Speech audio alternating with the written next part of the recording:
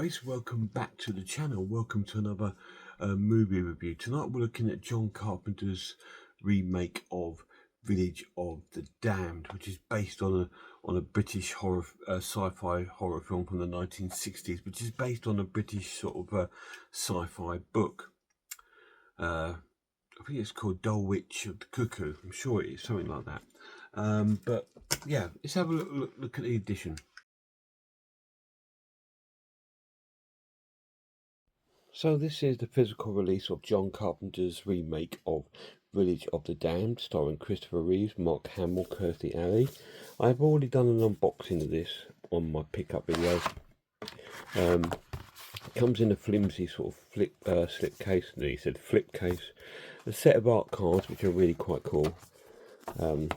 We've already looked at those in the unboxing. If you want to see that, go and check that video out. It also comes with the film on Blu-ray, and it comes with a poster. And it's all released there on Fabulous Films. So that is the physical release of Village of the Damned. So I didn't go too deep into the release because I've already done that on my unboxing of it on my pickup video. But is there any special features? So here we are on the main menu for John Carpenter's version of Village of the Damned.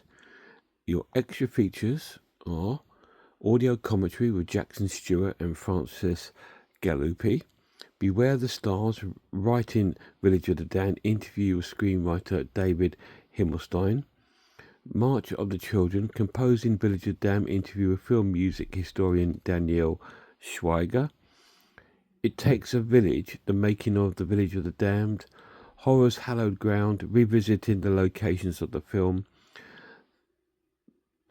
The Go-To Guy, My Career with John Carpenter by Peter Jason. Vintage interviews from behind the scenes image gallery, and trailers. And on your setup, you have a 5.1 DTS sound, and you also have a 2.0 PCM sound with an audio commentaries. And that is your special features on John Carpenter's version of The Village of the Damned. Yeah, there's an absolute number of special features on the disc, which is really, really cool. Some quite good ones in there. Nothing there from John Carpenter, but there's still all of the cast, but there's still some good things going on within this release. Let's talk about the story.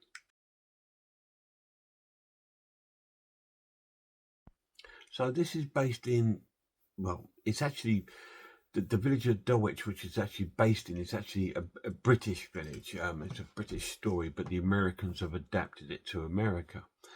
And we have an all-star cast. We have Alan, who's the doctor of the village, played by Christopher Reeves. We have Dr. Susan Vena, who's an investigative doctor, played by Kirstie Alley. We have the priest of the town, played by Mark Hamill. We have Frank in the town, played by Michael Pear. We have Pippa Pear 3. We have Peter Jason. It's a really big cast in this film, and it plays out just like the classic one that I already reviewed on my channel, which I gave a 10 out of 10.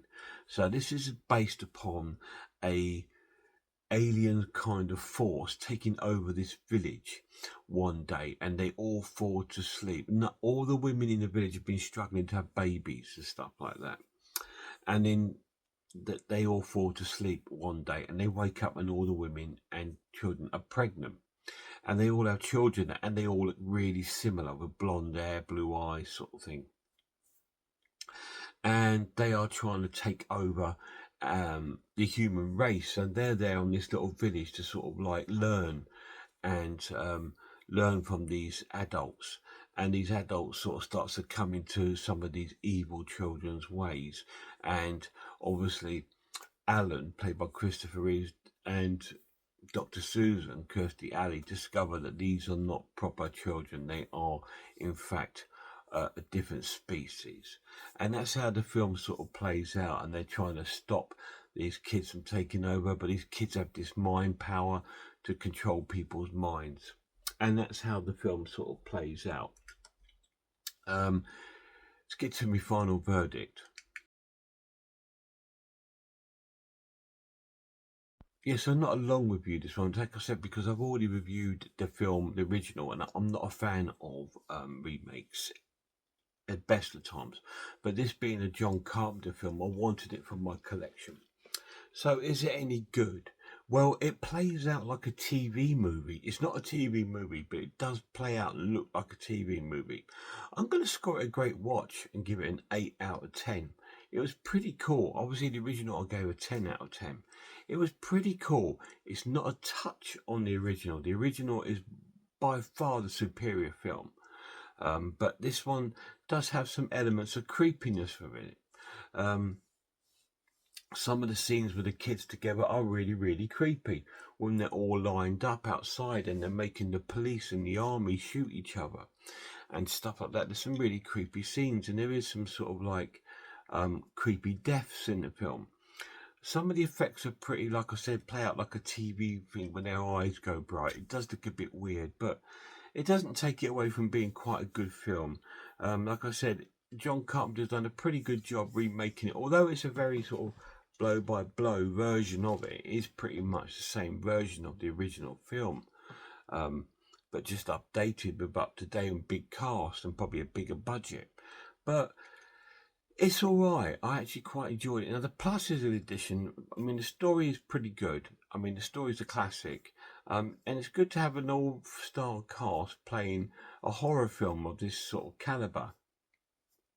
And it is kind of eerie.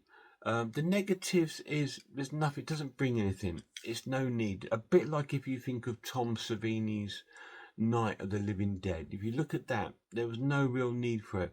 It's the same with this. It's a bit of a money grab, I think, back in the 90s. This is out in 1995, and it plays out like a 1995 film. But yeah, it just felt like it was a little bit of that. And the picture quality is not brilliant. It's, I know it's Blu-ray, but it's an okay. I'll give the transfer a sort of 7.5 out of 10. It's not the best of transfer. The sound is pretty cool though. That deserves an 8 out of 10. But yeah, it's not bad. It's definitely worth your time if you love John Carpenter. If you like the original, you might be a bit angry by it because the way it sort of plays out, but very similar to the original. But